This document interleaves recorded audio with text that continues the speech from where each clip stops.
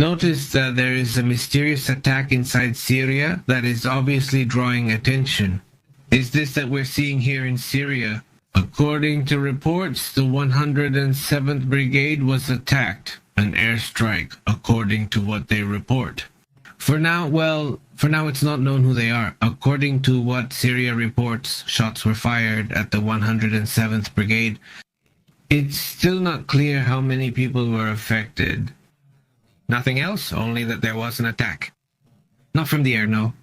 Obviously, we should wait for more information because right now the Syrian Observatory for Human Rights hasn't commented on anything. We'll have to monitor that issue closely. Exactly, because the case is really mysterious.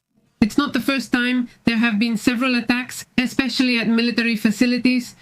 And while Israel doesn't say anything, but Israel is always the closest suspect, right?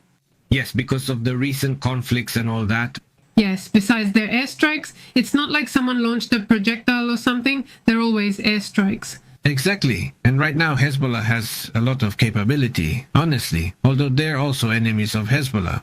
The new Syrian administration, but also another one. It could be Iran, right? Who are also their enemies. So, the situation is complicated, so it's better to wait until we can confirm what's actually happening over there. In the meantime, let's move on to several important topics about what's happening in the world. First, let's focus on what Starmer, the United Kingdom Prime Minister, is saying. Let's listen in English. The worst massacre in the history of Israel. Since then, every day has been a horror. Well, that's part of what he's talking about what has happened, about the situation he calls a massacre. What has happened to the Palestinians, above all, about what has been happening and how they are seeking to recognize the Palestinian state. If things don't calm down now, Hamas should also leave the area, stop operating, and lay down their arms. France and the United Kingdom have already joined, and now, also, what's it called? Mark Carney? Mark Carney from Canada. The Prime Minister of Canada says that Canada will also accept Palestine as a state in September, right? Exactly. He says Canada intends to recognize the state of Palestine during the 80th session of the United Nations General Assembly. And obviously, this issue already had a reaction from the United States, from Israel, which immediately rejected this initiative and considered it as part of a distorted campaign of international pressure. Well, there you have it, right? Reactions are coming from both sides. It's clearly an important issue. Meanwhile, that's another story. But this Alito Moreno, right? Alito Moreno is officially filing criminal charges against former President Andres Manuel Lopez Obrador and politicians from Morena. It's a topic that draws attention. Senator Alejandro Moreno reported that he filed this formal complaint against politicians from Morena, starting with the former president for alleged ties to organized crime. It was striking that after the scandal involving this former Secretary of State, this Dan Augusto, that there wasn't a harsher criticism from the opposition. Where is the opposition? The big question. Well, it's just barely there, kind of getting up. In this situation, also today, Senator Doring, no. The National Action Party silenced him as well. They haven't allowed Congress to talk about the issue, because when they talk about it, they say it's not possible. Currently, the plan does not include it because the situation is evolving and I don't know what this issue is escalating. To a very serious level, which has been like the worst month, it seems to me, in a certain sector of Morena. The ones who were seen in luxury hotels, said President Andres Manuel Lopez Obrador, over there in Japan. Luxury hotels, others were seen in Portugal. Everyone living a life that's anything but austere. There's nothing wrong with that. There's nothing wrong with that. There's nothing wrong with it. Let them travel wherever they want. The point is that they will say... Yes, they proclaim. They proclaim an austerity they never follow. Never. They've never followed it. From the beginning, never. The most ridiculous thing is that they get offended. So tell us, which hotels can we go to? Exactly. And they feel so guilty that you even saw a Monreal coming out to give an explanation. And if this draws attention, it draws attention because I think it's been a series of, mistakes. I feel, honestly, that internally they're messing things up. It's nearly impossible to simultaneously have images and videos of all the politicians. Well, I think that internally there's an effort to get rid of certain groups. Currently, Morena is divided and engaged in internal conflicts, with members fighting among themselves. And I think that's where part of the problem is coming from. And well, interesting things are coming in the next few days. There haven't been, these important meetings of that party where not even the top guy, the one in charge of the party, was present. Come on, it does look strange. Something intense, something big is happening there. And I think, something is going to happen soon with these scandals. Especially everything that's about to be revealed, if it's not already coming out now. These organized crime group leaders in the United States will likely lead to developments. There's a lot to talk about, and it really catches my attention that despite all this, Trump hasn't been looking at Mexico lately. I mean, he's been focusing more towards Venezuela and other places, right? Tomorrow he will call President Claudia Sheinbaum to discuss matters with her. In fact, the morning press conference is going to be rescheduled because it's going to be, I suppose, very early. It's going to be interesting. After that call, I think we're going to see what moves both the United States and Mexico will make in the coming months. Above all, because of issues like tariffs, possible collaborations, and organized crime. It's going to be interesting. And, the day after tomorrow, we'll talk about it at length with Garris, right?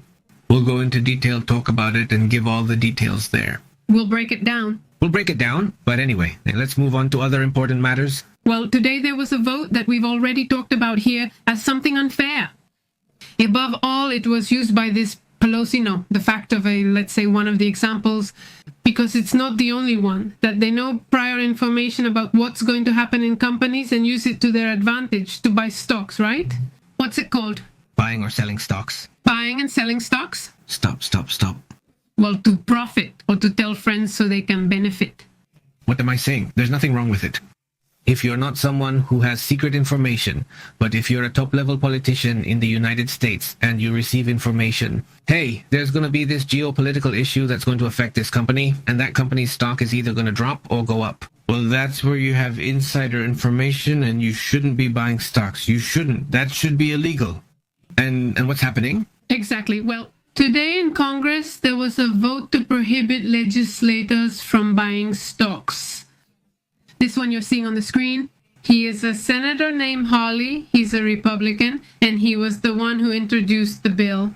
Let's listen. To say that today we have the opportunity to do something that the public has been asking us for decades. And that is to prohibit members of Congress from profiting from information that frankly only they possess. By buying and selling stocks, 86% of Americans say that members of Congress should not be able to buy and sell individual stocks while they are part of this body.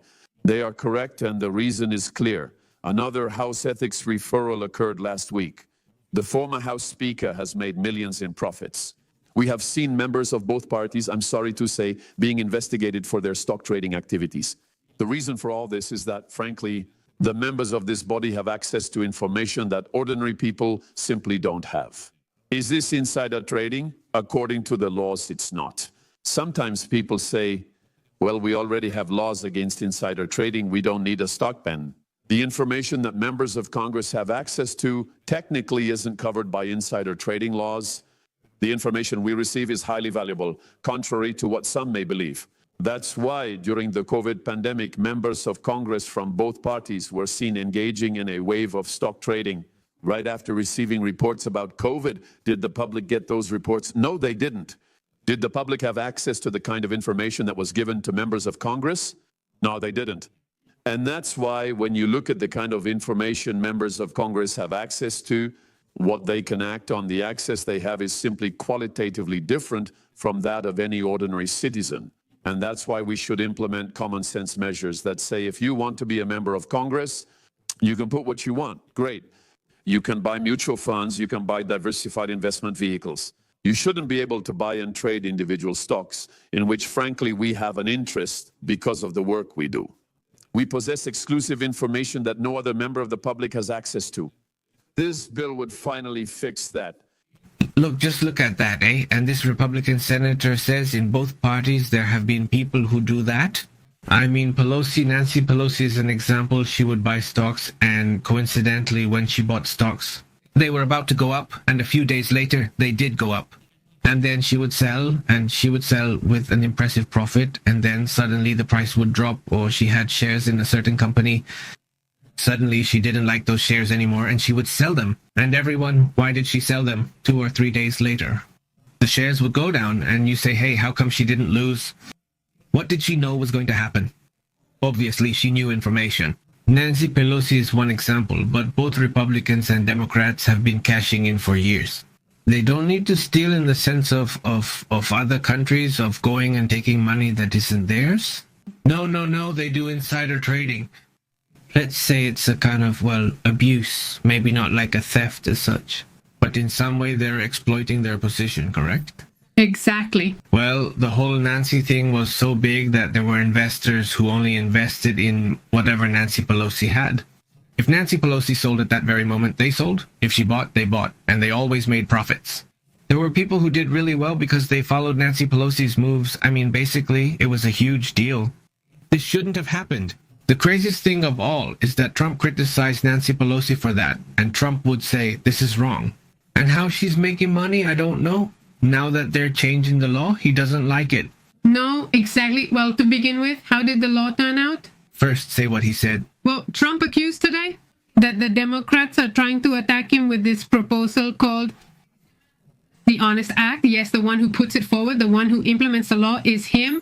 He's a Republican. He claims he doesn't own stocks and isn't a billionaire similar to many others in attendance. That's how he throws the big stone, and well, he won 8-7. All the Republicans voted against it. Except for him. Except for him. I mean, it's crazy that Trump, with all the bad things he's done lately, with the whole Epstein thing, with all that stuff, and that he still goes out and defends himself. I mean, that he wants to keep buying and selling stocks when he's a politician, honestly, well, no. I mean, it's crazy. Or, well, that's the issue. Obviously, it wasn't well received by the White House. This proposal from the Republican and Hawley denied reports about opposition to the project in the White House. But anyway, even though he tried to clean up his image, Trump attacked the senator shortly after this law was passed. Yes, no. He attacked him on his social media and made a post, super long against this. Yes, he posted here. The Democrats, because of our tremendous achievements and successes, have been trying to target me for a long time. And they used Josh Hawley, the senator whom I chose twice as a pawn, to help us. I wonder, why would Hawley approve a law that Nancy Pelosi loves? On the contrary, it doesn't help Nancy Pelosi. He's playing into the Democrats' hands. It's an excellent law for her and her husband, but very bad for our country. She's the very first who doesn't like this law, obviously. And, well, it's obviously a topic. She can't twist things to be right anymore. It's unbelievable. Well, that's the Magaso. style, right, that he has. Well, let's move on to other important matters as well.